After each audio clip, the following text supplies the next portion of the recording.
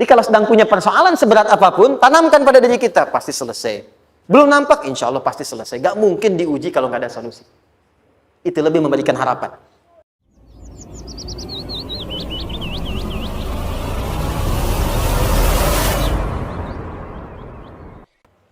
Oke. Apa artinya usrun? Sulit. Oke. Sulit itu ada dua. Ada sa'bun, ada usrun. Kalau kesulitan yang relatif, kata si A sulit, si B mudah, itu sa'bun namanya. Contoh, kata si fulan, bahasa Jepang susah. Padahal kata yang lain tidak. Saya ke Jepang, anak-anak kecil begini bisa bahasa Jepang, gitu kan? Bagi mereka mudah, gitu kan? Saking mudahnya gitu. Kata shiwa, gitu. Anak-anak kecil, bagi mereka mudah, bagi kita belum tentu. Itu sa'bun. Innal lughatal yabaniyya sa'bah. Relatif. Tapi kalau kesulitan yang sifatnya mutlak, semua orang mengatakan sulit. Maaf, bawa mobil, sulit atau mudah? Bukan mengendarai ya, bawa mobil, bawa.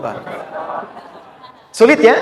Sulit ya? Baik, sepakat sulit semuanya. Nah, itu dalam bahasa Arab dikenal dengan usrun. Kesulitan yang semua sepakat bahwa itu susah. Sulit, semua sepakat. Dan ketika ada orang bicara, aku sedang punya masalah begini. Semua mengatakan, wah itu nggak mudah, itu nggak mudah. Itu usrun namanya. Lawannya, kemudahan yang relatif disebut sahlun. Tapi kemudahan yang semua sepakat bahwa itu mudah, itu yusrun namanya. Mengangkat spidol, semua mengatakan mudah, ringan. Itu yusrun namanya. Perhatikan, Allah tidak memasangkan sa'bun dengan sahlun, tapi memasangkan usrun dengan yusrun. Orang-orang yang punya keyakinan kuat, setiap persoalan itu akan selesai. Dan dia mengatakan pada dirinya, aku bisa melewatinya. Maka, perhatikan kalimatnya kata Quran. Inna ma'al usri yusran. Sesulit apapun masalah yang sedang dia alami, maka Allah akan datangkan solusi semudah-mudahnya yang bisa dia nikmati. Dengan kata lain, kalau kita bawa ke bahasa psikologi, kalau sedang menghadapi persoalan seberat apapun, selain kita mengatakan, ini pasti bisa saya lalui, saya insya Allah sanggup mengatasinya, katakan pada diri kita, ini pasti selesai. Pasti ada solusinya, pasti mudah. Katakan, walaupun memang solusinya belum datang, tapi tenangkan pada diri kita dengan mengatakan, inna ma'al usri yusra. Bahasa psikologinya, katakan pada diri kita, ini pasti selesai. Gak mungkin gak selesai, pasti ada solusinya, pasti mudah. Itu lebih memberikan harapan pada diri kita untuk menuntaskan persoalan dibandingkan dengan meratapinya. Jelas? Teruskan. Fa inna ma'al usri. Kalau masih ragu kata Allah, katakan lagi sekali lagi. Sampai hati kita merasa nyaman. Jadi kalau sedang punya persoalan seberat apapun, tanamkan pada diri kita, pasti selesai. Belum nampak, insya Allah pasti selesai. Gak mungkin diuji kalau gak ada solusi. Itu lebih memberikan harapan. Setelah itu, fa idza faraghta, mitigasi masalahnya. Mitigasi persoalannya. Tuliskan. Ini masalahnya apa? Rumah tangga.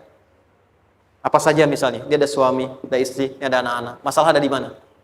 Kadang-kadang menangnya jadi kusut karena satu-satu nggak segera diselesaikan. Maka kata Al-Quran, فَإِذَا فَرَغْتَ. Satu-satu mitigasi dulu. Satu masalah di sini. Lihat di suami. Lihat di istri. Kalau pekerjaan, masalahnya apa? Sebelum bercabang kemana-mana, petakan. Apakah rekanannya? Apakah relasinya? Apakah kemampuannya? Apakah manajerialnya? Apakah marketingnya? Mitigasi, kotaki semua, selesaikan satu-satu. Setelah itu, apa yang dilakukan? Wa ila rabbika, tawakal sepenuhnya kepada Allah untuk menentukan hasilnya. Tawakal itu yang paling mahal.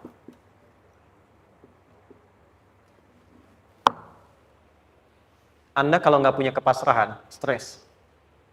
Karena selalu memikirkan apa yang mau dikerjakan dan selalu orientasi pada hasil. Kita punya tawakal. Kalau kita mampu menyerahkan sesuatu, gini, di sini ada orang yang paling jago misalnya main basket. Ada pertandingan basket. Begitu dibuka, udah tim musyawarah serahkan aja pada si fulan. Kan? Dia yang paling jago, dia. Bukankah dengan menyerahkan itu bukan hanya kita berikan sebuah tugas, ya kan? Tapi dengan itu ada kelapangan tersendiri kan? Yakinlah sukses, ini paling hebat.